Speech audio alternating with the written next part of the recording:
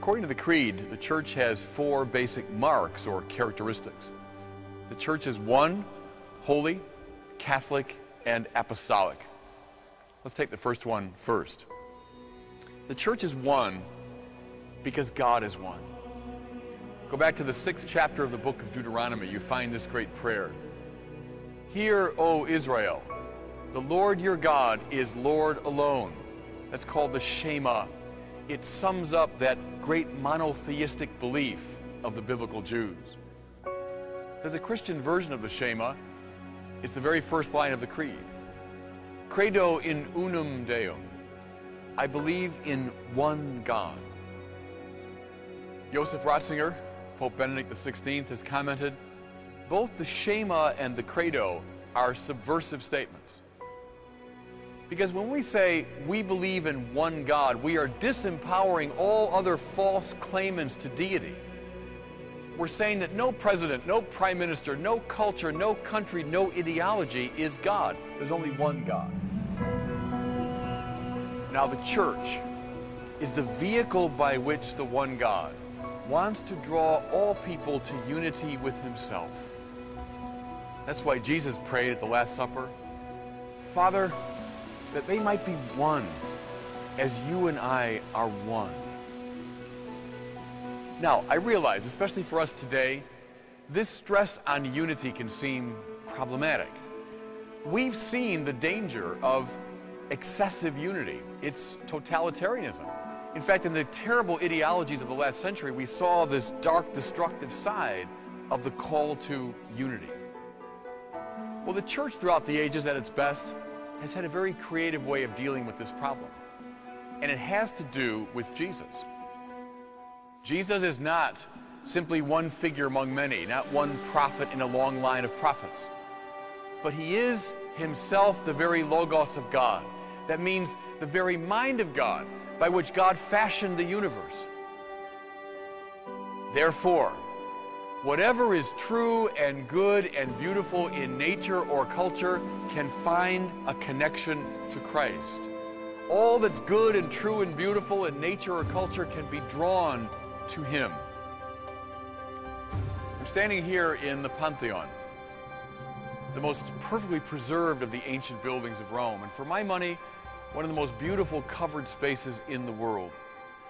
Pantheon, the temple to all the gods. See how beautifully it sums up the genius of paganism, that reverence for the necessities and rhythms of nature. Well, the Church was able to assimilate this great space. It's now a church of St. Mary of the Martyrs. The Church was able to assimilate to itself the best of the pagan culture. This calls to mind what Origen did, what Augustine did, what Ambrose did. They used the work of Plato in their theology. It speaks to me of what Thomas Aquinas did when he used the philosophy of Aristotle in his theology, when he used the work of the Jewish scholar Moses Maimonides. It calls to mind what Vatican II said, that there are rays of light, elements of truth in all the great religions of the world. Newman said, the Church has the power of assimilation, like a healthy organism that's able to move into its environment, holding off what it must, but assimilating to itself what it can. So the Church at its best down through the ages, drawing all that is good and true and beautiful into its own unity. The oneness of the Church is not a crushing, totalitarian oneness. Rather, it is an assimilating and living unity.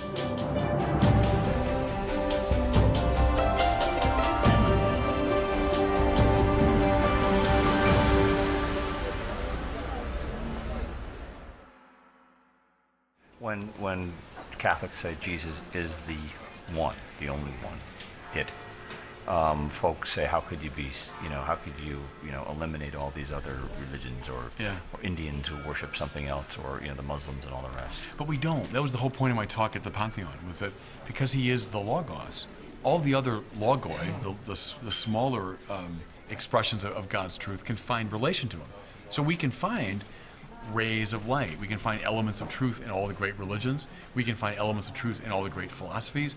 We can look at every culture and say, that's good, that's true, that's right, that's just. And Christianity can assimilate all those things to itself. So it's not an aggressive move to say, he's the only one. It's actually a very inclusive move to say, as the Logos, he's the one. But that includes everybody else to a degree. They can all find relation to him. Well, then the Muslims must say to a degree in the opposite direction. Probably, yeah. But then we have to get down to, you know, a really good argument. See, one thing that concerns me is we've forgotten how to have a good religious argument. The two options seem to be either bland toleration or violence. See? And there is a middle ground between like, well, we all believe different things, so what? I'll let you believe your, I believe mine. But see, we don't believe that about politics. We have good arguments about politics. You know, if I'm a Democrat and you're a Republican, I want to convince you, I'll have a good argument with you. And the options aren't bland indifference or violence. We find a way to actually have an argument. I want to recover a way for religious people to have an argument that's not just bland toleration, and it's not killing each other. Look at Thomas Aquinas. He figured out how to do it. Thomas Aquinas argues very effectively with a whole range, Jews, Muslims, pagans, non-believers, everybody. That's the model.